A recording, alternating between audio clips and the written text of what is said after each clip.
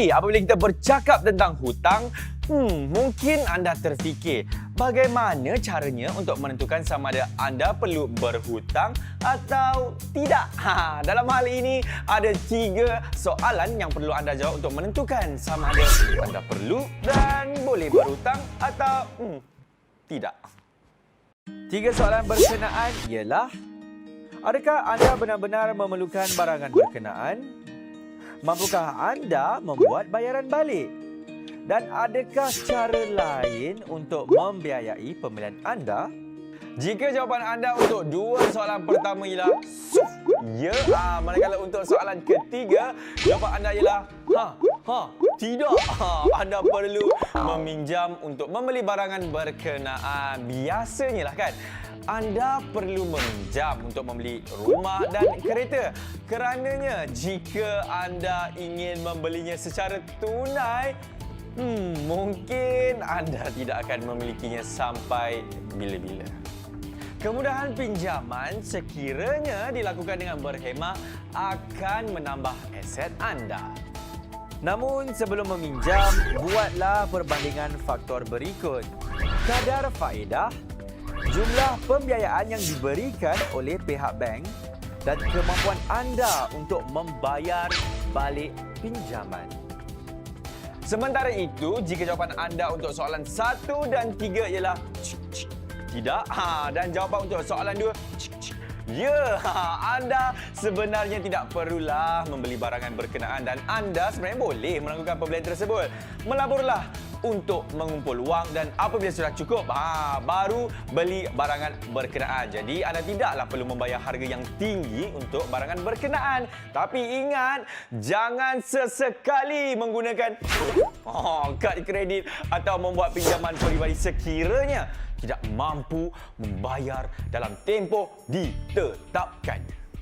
Kad kredit ini sebenarnya amat mudah diperoleh dan amat mudah juga digunakan. Ramai yang terperangkap dengan jerat kad kredit dan akhirnya berdepan masalah kewangan. Sebagai contoh, katakanlah Ahmad mempunyai hutang kad kredit sebanyak RM5,000. Tahukah anda berapa lama diperlukan oleh Ahmad untuk melangsaikan hutang berkenaan jika dia membayar hutang berkenaan dengan jumlah paling minimum yang dibenarkan? Dengan kadar faedah ialah 18% setahun atau 1.5% sebulan dan bayaran minima sebanyak 0.05% daripada jumlah hutang, Ahmad hanya dapat melangsaikan hutang berkenaan dalam tempoh 5 tahun dan 8 bulan dengan jumlah faedah yang perlu dibayar ialah RM1,771. Itu pun jika Ahmad tidak menggunakan kad kredit berkenaan sepanjang tempoh itu. Jadi, jom kita lihat jadual membayar kad kredit secara minima.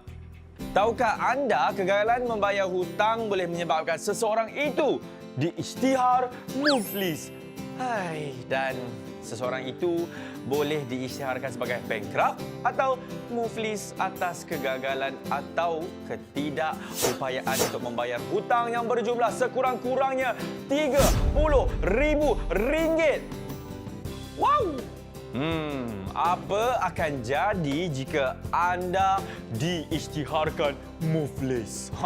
Antaranya ialah semua harta benda anda akan disita sehingga anda berjaya melangsaikan semua hutang berkenaan. Oleh sebab itu, berhati-hatilah apabila berhutang dan membuat pinjaman. Pastikan anda mempunyai kemampuan untuk melangsaikan komitmen anda setiap bulan. Jadi, jangan risau, saya akan berkongsi kepada anda semua beberapa tips untuk mengurus hutang. Tipsnya adalah membuat bajet.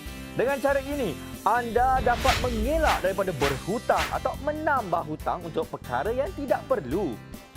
Bayar penuh jumlah ansuran pinjaman dan jangan lewat daripada tarikh ditetapkan. Ada charge dikenakan untuk setiap kelewatan. Jika anda menggunakan kad kredit, bayar semua caj perbelanjaan anda secepat mungkin. Jangan hanya membayar jumlah minimum kerana caj faedah yang tinggi akan menambah kepada pinjaman anda dengan pantas. Jika anda mempunyai lebihan pendapatan, buat bayaran ansuran yang lebih banyak untuk hutang yang mempunyai kadar faedah lebih tinggi berbanding pelaburan. Bandingkan dan ketahui ciri-ciri setiap pinjaman kerana setiap bank menawarkan pakej yang berbeza-beza. Okey, sekarang ni mesti anda semua sudah nampak kepentingan pengurusan hutang dan pinjaman. Pastikanlah ya, anda tidak membiarkan hutang membebani anda. Jadi, beringatlah sebelum kena dan mulalah merancang hutang anda dengan sebaiknya pada masa hadapan. Kerana apa? Perancangan hutang yang baik akan membantu mengukuhkan kedudukan kewangan anda pada masa hadapan. Sekian saja untuk seminar pelaburan 360 hari bertajuk Asas Pengurusan Hutang dan Pinjaman.